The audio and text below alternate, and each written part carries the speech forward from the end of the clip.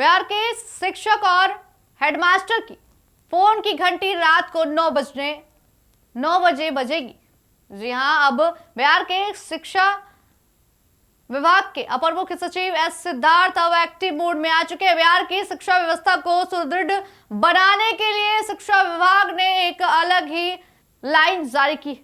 अब कहा जाए कि बिहार में शिक्षक हेडमास्टर जो भी हैं, अब 24 घंटे वो उनकी निगरानी में रहेंगे और रात्रि में 9 बजे उनकी फोन की घंटी बजने वाली है।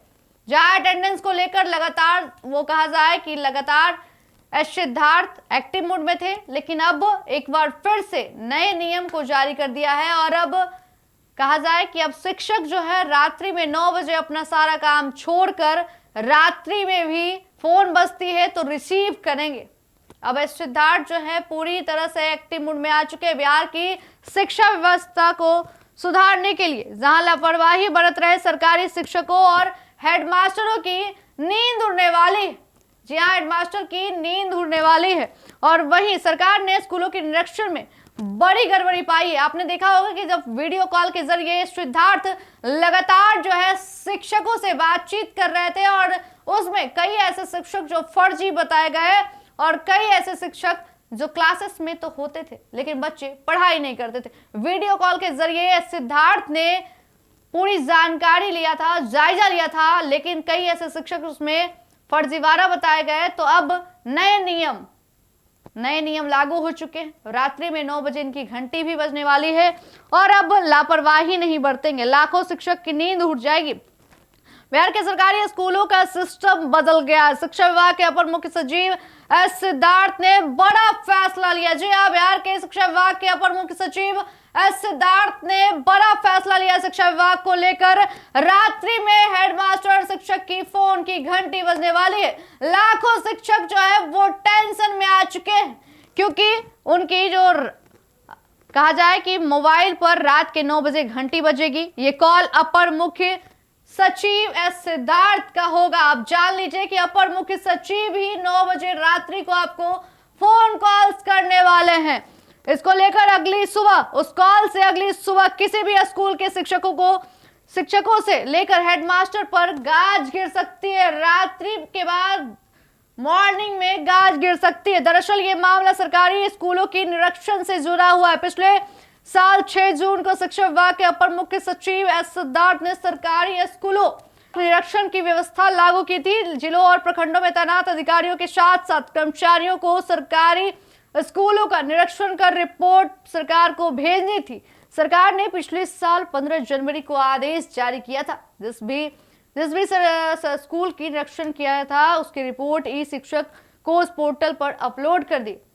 बता दें कि शिक्षा विभाग ने स्कूलों के निरीक्षण के लिए जो व्यवस्था की थी उसमें शिक्षा विभाग के सभी कार्यालयों में पदस्थापित पदाधिकारियों और कर्मियों के विद्यालयों की निगरानी को लेकर बड़ा फैसला लिया था। लेकिन बिहार में लगातार शिक्षा व्यवस्था पर सवाल उठ रहे हैं।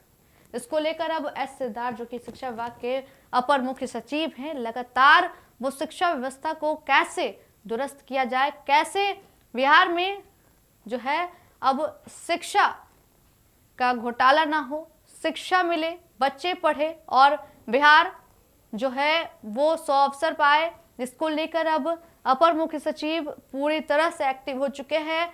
इसलिए पहले लगातार वो जायजा ले रहे थे। एक साल कहा जाए 6 जून को ही उन्होंने जायजा दिया था, लेकिन अब रिपोर्ट मांगा गया, लेकिन रिपोर्ट अभी तक जारी नहीं की गई है। जिसको लेकर अब एस सिद्धार्थ जो है बड़ा फैसला लिया है।